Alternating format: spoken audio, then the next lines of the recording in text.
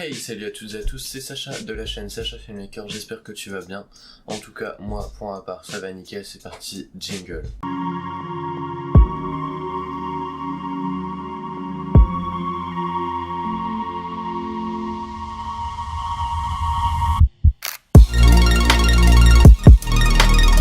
Comme tu as pu le voir dans mon intro, aujourd'hui on va parler de mon nouveau rig vidéo édition 2020. Je vais vous détailler chaque pièce de mon rig et ensuite vous expliquer pourquoi j'ai fait ce choix. Pour la base de mon rig, je suis parti sur un Panasonic GH3, explication dans la vidéo juste là. Franchement, j'ai fait des tests quand je suis parti en Sardaigne. Cet appareil photo, il est super, surtout pour 300€, pour 300-400€. C'est une sacrée petite bête pour ce prix-ci. J'ai ajouté un grip sur l'appareil photo, même en vidéo c'est utile. Même si les batteries de l'appareil photo tiennent longtemps, je préfère être tout d'abord sûr de pas tomber en panne de batterie en plein concert ou un truc comme ça. Et ensuite, comme l'a expliqué dans la vidéo de DSLR Video Shooter, pourquoi avoir un grip sur l'appareil photo? C'est surtout pour avoir une meilleure prise en main de l'appareil photo quand on fait la vidéo. Au lieu d'acheter une cage en entier qui fait tout le tour de l'appareil photo et d'acheter une poignée à côté en plus, t'achètes le grip et une cage en C. Et là, tu peux avoir une bonne prise en main sur ton appareil photo sans acheter de deuxième poignée. Donc j'ai pris ça aussi pour ça, puis en photo c'est vachement plus pratique d'avoir un grip. Puis niveau prise en main, franchement, vu que c'est un hybride, ils sont assez petits. Donc voilà.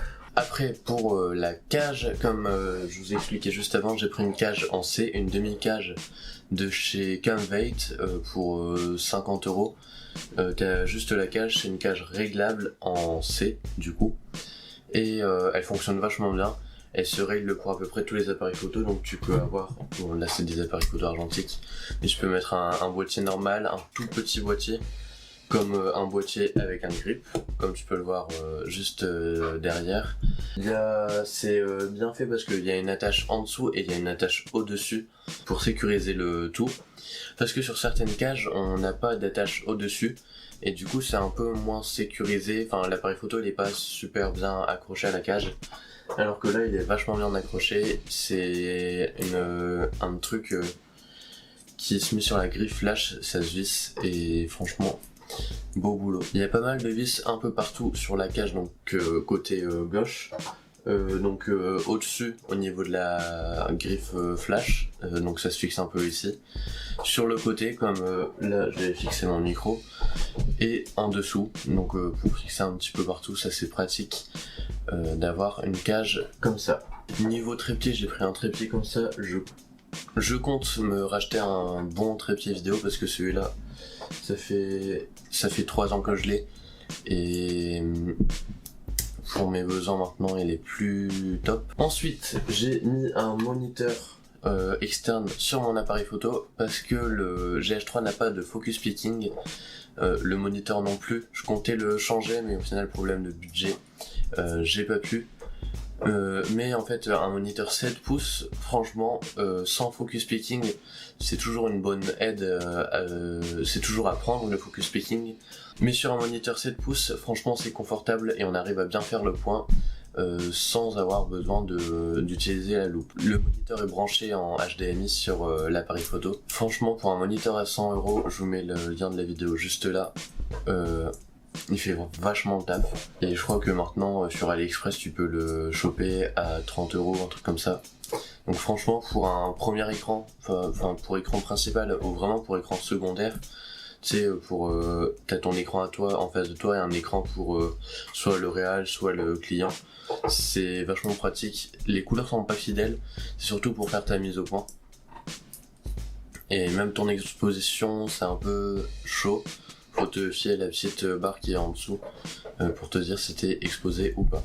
Au niveau du micro, je garde toujours le même micro qui fait vachement le taf. Le Takstar SGC 598, micro canon à 25€. C'est le top, franchement super micro canon. Fonctionne à pile, donc la qualité sera toujours meilleure qu'un micro qui sera alimenté par l'appareil photo. Donc franchement ça c'est super. Il a pris des chocs, des trucs comme ça. fonctionne toujours. Rien à redire sur ce micro, c'est un micro surtout pour prendre le son et après caler en post-production, sinon pour le concert. Après je prends le son avec mon Zoom H1 qui est en train d'enregistrer en ce moment même. Après au niveau des objectifs, maintenant j'ai commandé des adaptateurs, donc je les ai tous ici. J'ai un adaptateur Canon vers micro 4 tiers, hop, ça coûte moins de 20 €. J'ai pris celui où on peut régler le diaphragme, parce que ceux où on peut pas régler le diaphragme, à part avoir un filtre ND, ça gêne un petit peu. Et comme ça, hop, on est bien équipé.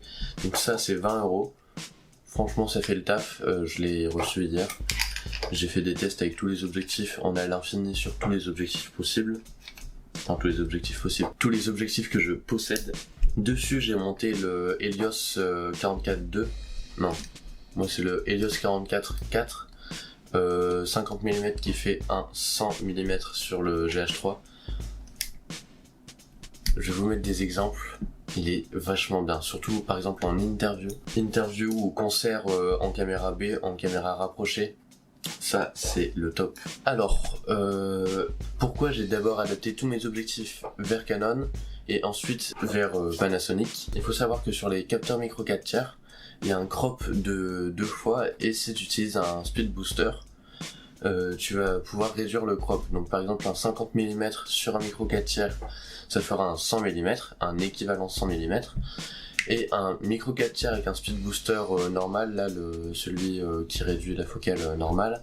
Donc pour avoir un peu l'équivalent d'un APS-C, un 50 mm, tu te retrouveras avec un 85 mm. Équivalent. Et tu vas gagner un stop de dynamique, non pas de dynamique, un stop d'ouverture, que par exemple f2.8 ça deviendra f2. Donc j'ai adapté tous mes objectifs sur ça parce que pour l'instant j'avais pas forcément le budget et surtout que ça me suffisait largement. Mais par la suite je pourrais adapter tous mes objectifs et avoir une réduction de focale si je le souhaite et un stop en plus, donc c'est mieux d'avoir ça que de rester bloqué tout le temps avec ça. Donc voilà, on arrive à la fin de cette vidéo sur mon rig 2020. Les choses qui ont changé par rapport à 2019, presque tout.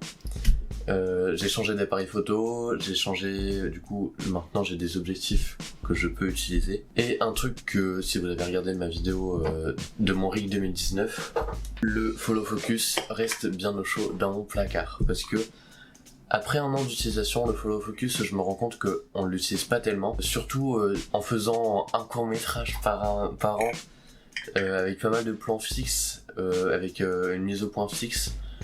Le follow focus, si on n'a pas vraiment besoin, on va pas s'encombrer.